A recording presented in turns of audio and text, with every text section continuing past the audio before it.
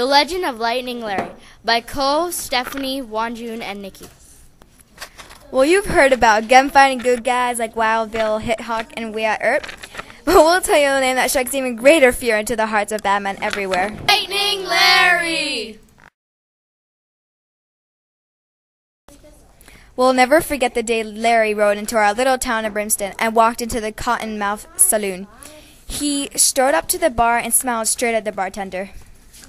"Lemonade, please." Every head in the place turned to look. Now standing next to Larry at the bar was Crooked Kurt. Kurt was one of a band of rustlers and thieves that had been terrorizing our town, led by a ferocious outlaw named Evil Eye McNevil. Kurt was wearing the usual outlaw scowl. Larry turned to him and smiled. "Mighty big frown you got there, mister. What's it to you?" "Well, maybe I could help remove it." "I'd like to see you try." Zing zing! There was no bang and no bullet, just a little bolt of light that hit Kurt right in the heart. Kurt just stood there, his eyes wide with surprise. Then he dropped his gun, and a huge grin spread over his face. He rushed up to Larry and pumped his hand. "I'm mighty glad to know you, stranger. The drinks are on me. Lemonade for everyone!" When Evil Eye McNevil and his outlaw gang heard that Crooked Kurt had gone straight, they shuddered right down to their boots. Most any outlaw would rather die than smile. Evil Eye's men were shook up, but they weren't about to let on. The very next day, "Evil Dead! Devilish Dick! Dreadful Dave!" rode into Brimston, yelling like crazy men and shooting wild.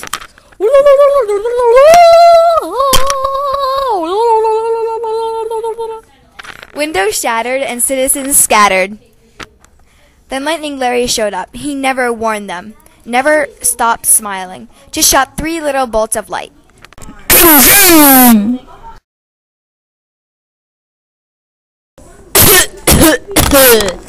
Hit those outlaws right in the heart.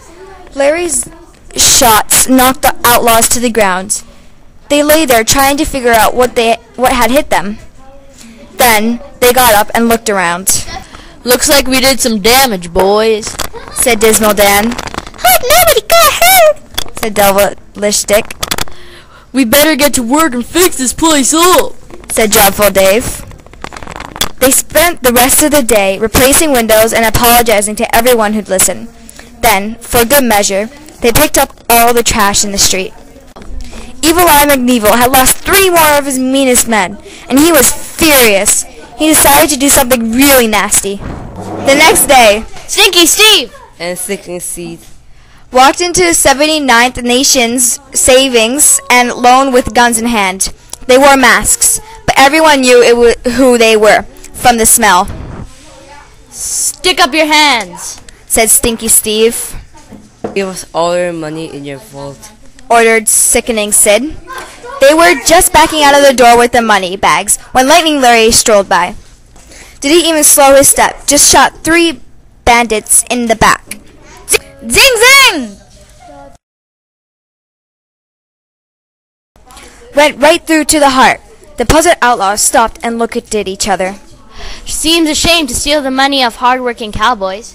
"Wouldn't want to make their lives any harder." They holstered their guns and walked back to the teller. They plunked the money bags down on the counter. "Now you kept that money safe." Then they pulled out their wallets and opened up accounts. That was the last straw for Evil Eye McNevil. It was time for a showdown. The next day, at high noon, Larry was sipping lemonade at the Cottonmouth Saloon. Evil Eye bursted through the doors and snapped up to him. "I'm Evil Eye McNevil." "Hello, Evil Eye. Can I buy you a lemonade?" "This town ain't big enough for the both of us." "Oh, I don't know. Seems pretty precious to me." "I'll be waiting for you down by the Donkey Corral." And Evil Eye stamped out.